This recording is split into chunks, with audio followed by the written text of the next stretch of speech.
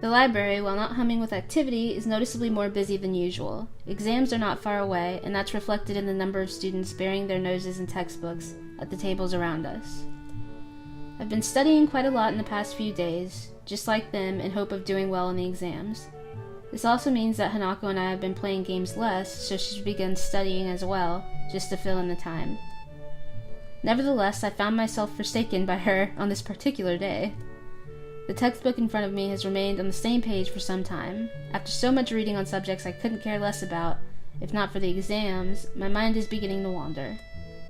I find my eyes flicking over to where Hanako would usually be. Just like on the day she wasn't in class, her usual beanbag in the corner of the room is conspicuously unoccupied. It was here that we first really met. I tried to start a conversation with her, she got skittish, and eventually bolted from the room altogether. I probably shouldn't smile about it, but it was kind of amusing in hindsight. Nowadays, it's more and more difficult to imagine her doing such a thing. Even with Lily gone, she's been doing well now that she's come out of her room.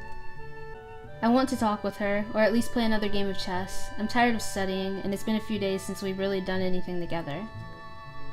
The question of where to find Hanako isn't a particularly difficult one. If she's not in the library, chances are that she's either in the tea room for some peace and quiet, or in her dormitory room. Deciding to check them in that order, I pack up my books and make my way out of the library. I stretch and give a loud groan as I walk down the hallway. Studying may be frustrating at times, but with the progress I feel I've made, there's also some sense of pride in getting it done. It's a good feeling. There isn't a sound to be heard from inside as I stand in front of the door to Hanako's room. I guess that isn't very indicative of whether she's inside or not, given how quiet she usually is. Still, she wasn't in the tea room. I try knocking lightly to make my presence known, but am surprised when I find the door unlocked and yielding at my touch. Oh my gosh, what is going on? Okay. With a small creak, the door opens. It looks like my suspicions were correct. Hanako is indeed here. She's sitting at the table with an open book in front of her, but pays no heed as she keeps looking out the window. She looks utterly oblivious to my presence. With her head thoughtfully resting on her hand, she looks calm and collected. It's a shame she can't look like this more often. Smiling a little, I walk up to the table and softly speak to her. "Good evening, Hanako." He just walked in her room. No big deal. Hanako's head turns a little to see me, but she's still only half there. I put a hand on the table and lower my head to better look at her face, mildly curious about what mood she's in. "What's up?" She gasps a little, finally acknowledging my presence in the room for the first time. Hanako's blushing really heavily. Her mouth is open just a little, as if paused mid-sentence. Most striking, though, is what she's doing. She's looking directly at me. Her eyes are pinned on my own, from such a close distance that I can almost see my reflection in them. They don't turn away, nor move at all. They're absolutely still, just looking into mine. They're dark and give her an almost analytical air. Even when reading on subjects she has no interest in, she would appear to be wrapped in her work to a casual observer. She absorbs information well, and even now I can feel that. I feel like I'm seeing something behind those eyes that I never saw before. I don't know what it is, though. "Hanako?" Her lips move just a little, silently mouthing something. She looks like she's on the verge of saying something, but won't say it. But that's the way Hanako always is, on the verge of saying something, but never quite doing it. As I look intently into her eyes, I realize something. Everyone has their own thoughts, things they want to say, their own worldview, but I can't work out what Hanako wants to say, and I can't work out what she's thinking. I never have been able to. It's frustrating. It feels like I don't know her at all, despite all the time we've spent together. Hisao?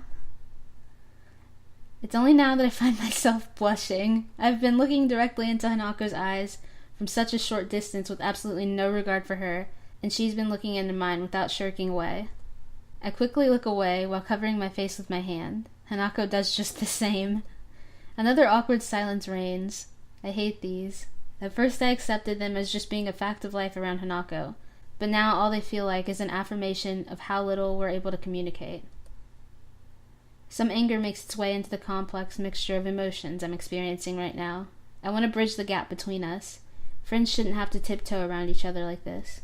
Okay, Wait a second. I had someone tell me there is some kind of like scene, and I feel it, okay? So if it happens, I'm censoring it out. I don't know what I'm gonna do. It just depends. It just depends. Okay. I speak before I can argue myself out of what I'm going to do. My scarring isn't as bad as Hanako's, and I can't possibly compare my life to hers, but I want to show her that she's not alone. Doing this in such a blunt manner might be the only way to get my point across. Hanako, I want to show you something. I take a deep breath to prepare myself. This could backfire badly, but I feel as if we've come close enough for this to be okay. I'm not going to strip naked or anything weird. I'm just going to take my shirt off. Hanako's eyes grow to the size of saucers. Her face is an amusing mixture of curiosity and nervousness as she stands. It helps take the edge off my own nervousness at doing this in front of another person. Slowly, with my entire body feeling tense, I unknot my tie and begin to loose the first of the buttons. I'm trying to mentally block out Hanako to make this easier, but it's not really working. As I work my way down, I expect to hear some form of protest from her. She remains silent, though, which just makes this feel even stranger. With the last of my shirt unbuttoned, I take a breath and look at her. Oh my god, don't do this! It's too cute! Hanako's gaze is fixed on my scarring, as expected, and once I nod to say it's okay, she steps forward and tentatively places her hand on the vertical line running down my chest. The scarring on her hand, a pattern of damaged skin across the surface, contrasts with the single uniform line that makes up mine. Her hand isn't trembling at all, unlike what I predicted. This is the scar from the surgery that followed my heart attack. The surgeons had to cut open my chest to operate on my heart. I never knew. Hanako's words are calmer and softer than usual. The soft feeling of her fingers moving from my scar to my breast make me hesitate a little before continuing on. Oh my god, I'm a child, you guys. I'm sorry. Okay. You're the first person to see this since I left the hospital. But why are you showing this to me? I wanted to prove to myself that I could do this, that I could accept my past and move on. I wanted to show that to you as well. She nods. From her reaction, she seems to know how difficult this is for me. More than anything, this scar represents a visible reminder of my condition. A reminder that I'm not normal anymore. That's something that, until now, I had tried my hardest to ignore. As the minutes tick by, Hanako's gaze lingers. Her eyes look less focused on my scarring than before. The situation feels a bit different than it previously did. It makes me feel slightly uncomfortable. Her hand retreats, and I draw my shirt closed and begin to button it up. Her blushing face suddenly returns to its typical tense and timid state as she looks away. The room is completely silent as I fix my shirt and tie, feeling put off after such an unexpectedly intimate moment. So, I guess you're not the only one that's scarred. Hanako smiles a little at the joke, thankfully lightening the atmosphere a bit. Thank you, Hisao. I think I understand. I give a long sigh of relief. I really didn't know how she'd take it, but I'm glad everything seems to have worked out as I hoped. Hanako's smile only proves that further. I'm finding the path I want to follow now, and what Hanako needs to do is find her own. It's something I can't help her with, and it's something that she needs to overcome her past in order to do. Hanako checks her watch. It's getting late by now. Hisao? Yeah, I'd better get going. I'll be thankful for some sleep. It's been a long day after all. Good night, Hanako. Good night. I make my way out of her room and into the hallway, remaining silent as I do so. I think both of us have gone through a few emotions today. The heat of the summertime sun beats down on my sweating brow. Dabbing with a handkerchief doesn't help too much in making me any more comfortable. Giving up on the idea of getting more done today, I stop and lean against one of the overpass fences, resting my bag on the ground. The stores in the town below Yamaku are well stocked and offer enough variety for me to get by, but at least an occasional shopping trip to the city is something that can't really be avoided. I've been here a few times now. The city's layout is getting more familiar, and the nostalgia from its atmosphere is beginning to wear off. I realize that I've begun to wheeze. I sound like an old man that's overexerted himself. and having to connect that to the fact that I'm the source is a bit disturbing. I put a hand on my chest and concentrate for a bit to make sure I haven't gone far enough to cause any further problems. Thankfully, my heart is acting normal. There's no dull pain, and the beating is regular, albeit fast-paced as I recover from overdoing things in this kind of heat. I hate my body. It's frustrating to be held back, even more to be held back by the fear of my life being ended when doing something as simple as walking around the city for a while. As I ponder on my health, I feel my pocket vibrating. By the time my phone's begun to ring, my hand is already fishing for it. A glance at the screen shows a caller number I don't recognize. Strange. Shrugging, I press the button to answer the call and bring the phone to my ear.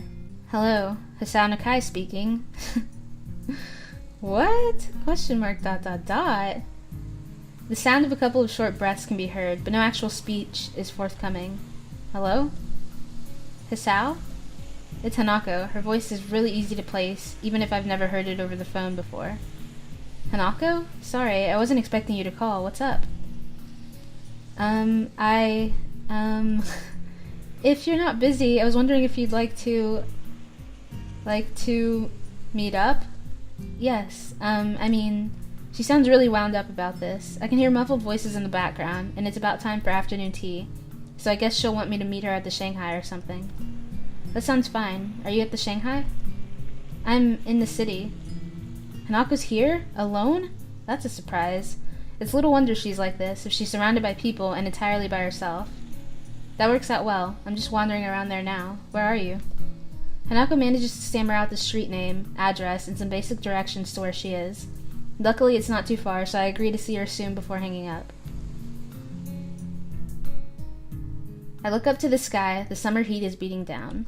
This is the first time Hanako's asked for us to do something together beyond a simple board game, and the first time, at least since I've known her, that she's come to the city by herself. Maybe this means that Lily was right. By the time I manage to stagger up to the cafe where Hanako is, I've started to wheeze again. I'm sweating so much that I feel like a melting popsicle and can barely hold the bag in my hand. I need to sit down, badly.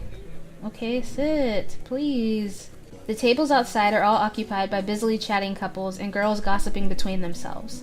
The contrast between the different age groups and fashions of the people here and the people from the town near Yamaku is striking. I scan over the people sitting at the tables, but I can't see Hanako. She did say she was sitting outside, so I must just be missing her. Not difficult, given how small she usually tries to make her presence. I look around again, more slowly this time, taking particular care to see if I can find Hanako's hat. It's pretty distinctive, and I'd be very surprised if she wasn't wearing it. There she is. Sure enough, her head is kept low, and the table she's sitting at is right beside the building, in an inconspicuous corner. I walk up to where she is and make sure that I have gotten her attention before I sit, lest I give her a scare. She notices me and gives a small wave as I arrive at her table. Are you feeling okay? I try my best to laugh it off, but doing so just makes me more out of breath. Not very fit these days, don't mind me. Hanako nods, but still looks a bit put off. Now that I can get a good look at her face, something about her seems a bit different. I'm not sure if my eyes are playing tricks on me, but she looks kind of nice. Doesn't she always look nice? Why does he say these things? Her eyes move upwards to look at me, before quickly flicking down again. I begin to think that this is going to be a rather quiet meeting, but a waitress thankfully arrives and sets down a cup of tea in front of Hanako. Hanako almost automatically turns slightly away and lowers the side of her head. It's an amazingly practiced motion, and does a good job of its intended purpose, hiding her scars from someone who's leaning in close. Her right arm is still laying on the table, though, with the scarring on the back of her hand quite visible. It catches the waitress's eye, and I move quickly to distract her. Excuse me, may I place an order? The waitress nods and gives me a couple of seconds to look at the menu. Could I have a mango smoothie, please? She gives a nod before almost enthusiastically bouncing inside. Everything is so different in the city, in more ways than one. Hanako looks back up towards me and adjusts her hat a little. If she noticed the waitress staring at her scars, she doesn't show it. Not coffee? I think I'd die from this heat if I had something like coffee right now. Resting my head in my hand, I look to my quiet companion. She seems taken aback, a very unexpected reaction to my lame joke. An unwelcome emotion bubbles up inside me as I realize her reason why. Unlike most in Yamaku, indeed, unlike anyone there that I'm aware of, my condition goes beyond limiting the activities I can do. Or to be more precise, breaching those limits could have much more grave consequences. Thankfully, it's something that's very rarely come up since I entered Yamaku. I thought that it was so rare that Hanako and Lily might not think of it at all. It turns out that I was wrong. Hanako silently drinks her tea while I wait for my drink, confirming that it's the right temperature with a small sip before she begins in earnest. I feel guilty for being the cause of an uncomfortable silence, since in the past I've been kind of hard on Hanako for those. Eventually the same waitress as before bounces up, handing me my drink. I gather change from my pocket and drop it into her waiting hand before she goes off to attend to another customer. My eyes linger on her as she walks away. Do you think that she looks pretty? Oh gosh. Hanako is following my gaze, her eyes taking in the waitress that served us. I can feel my blood slowly going to my cheeks as I rest my smoothie back on the table. Nah, can't really say that I'm into that look. She just looked like an old friend I knew before my heart attack. Did you have many friends? I had a few at my previous school, though I wouldn't say a lot. The four of us just hung around together after school and stuff. Do you still talk to them? I shake my head. No, we gradually lost contact when I was stuck in the hospital. Aw. You're not saddened by that, or angry? Hanako looks genuinely surprised. I guess it's the right reaction. Well, life did move on for them while I was stuck in the ward. I was pretty sore about it at the time, but now it's just a bunch of nice memories. Besides, once I came to Yamaku, I found new friends as well. It's quite a whitewash of what my feelings were back then. I went through some dark times during my stay at the hospital, and I really am glad that Hanako and Lily were around to help me after I left it. Hanako blushes as we both get down to enjoying our drinks. She seems to have calmed down since I arrived, and I've started to feel a bit better now that I've had the chance to rest a bit, so this is getting to be a nice outing already. Even if she's calmer than before, though, she's still fidgeting a bit. She runs her hand down one of her bangs as I try to think of something to say. That's right, I was going to ask. Hanako tilts her head quizzically. I didn't know you had a mobile phone. How'd you get my number? Lily gave it to me. I should have guessed.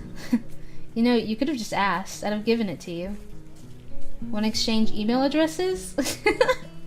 Hanako nods, setting down her drink and fishing out her phone from her pocket as I do the same. It's surprisingly the same model as mine. Pink, though. Nice phone. She looks to me with a curious expression before noticing my phone and giggling. It's one of the very few times I've seen Hanako let her guard down enough to do such a thing. I didn't pick it out myself, though. Oh? It was a present from Lily. She bought you a phone?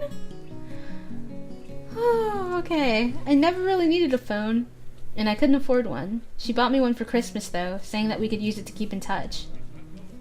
They see each other basically every day anyway, both in and out of school. Then again, Lily does have her class representative duties and other friends that she talks with. It'd probably help for situations like this, too, when she's gone away for a while. Lily's a very special person to you, isn't she?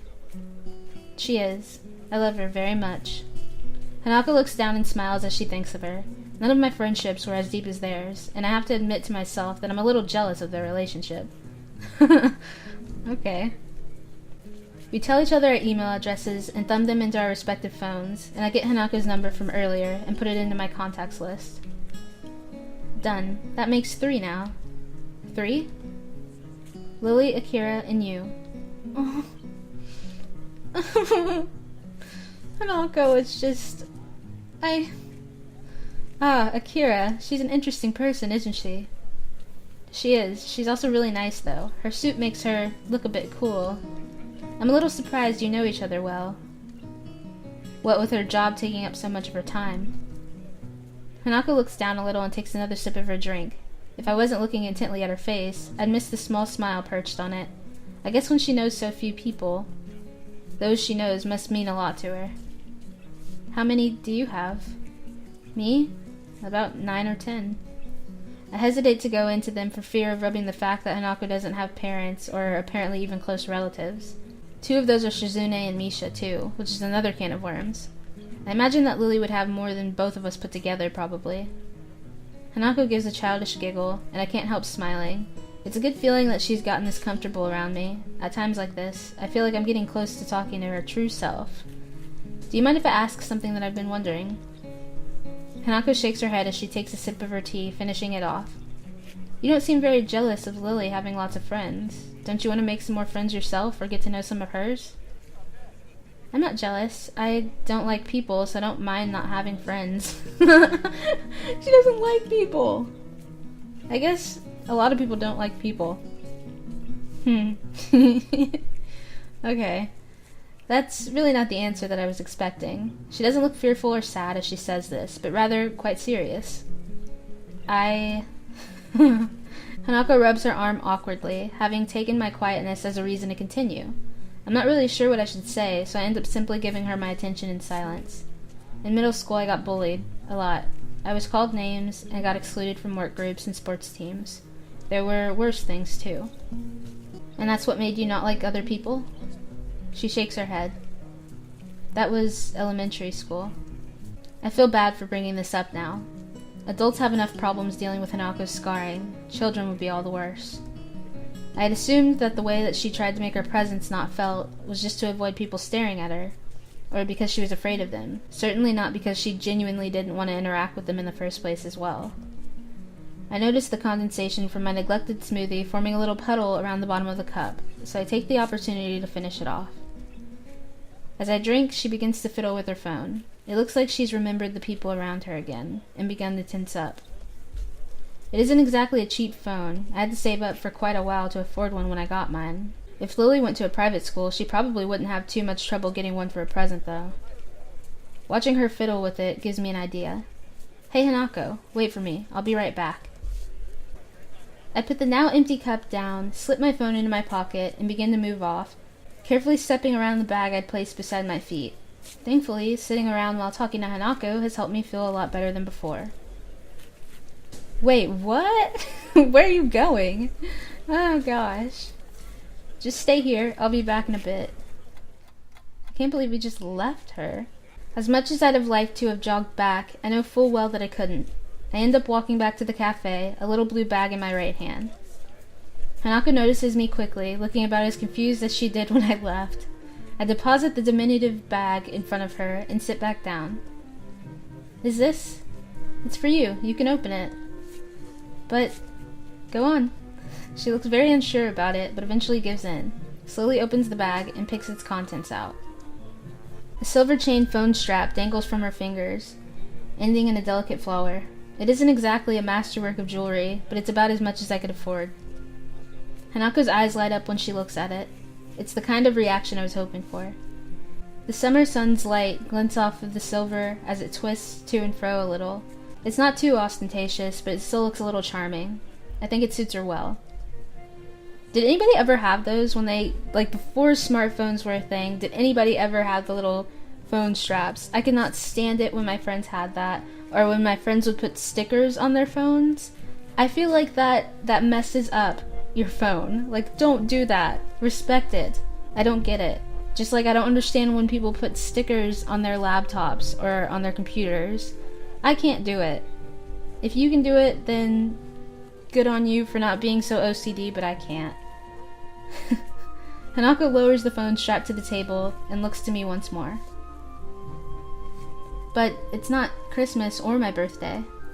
It's fine, don't worry about it. I just thought it might be nice to have something to decorate your phone with. I don't have anything to give you. I told you it's fine. Friends can give things to each other like this sometimes, right? Friends. Hanako lowers her face so much that I can't see her expression. She eventually nods before taking her phone and fiddling with the strap to attach it properly. She looks to me and smiles as she holds up her phone, now adorned with a little flower. Wait, now that I'm thinking about it, there could be people who watch my videos who have only ever had smartphones. Oh my god, that's so weird to think about. Thank you, Hisao. Her smile proves infectious. Out of the corner of my eye, I notice a couple getting up and leaving. That reminds me that the bus back to town below Yamaku will be coming soon.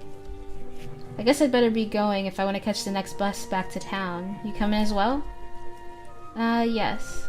Okay. She hastily nods before carefully putting her phone back into her pocket and getting out of her chair. I do the same and pick up the bag I'd left beside me on the way out. We walk side by side as we make our way to the bus station, exchanging no words between us. Hanako's gaze is firmly locked ahead of her. though she looks very happy with herself. I'm not sure what I would say to her, but I'm also not sure I need to say anything. The fact that Hanako is happy, and happy because of me, is enough to make the load on my arm feel light as a feather.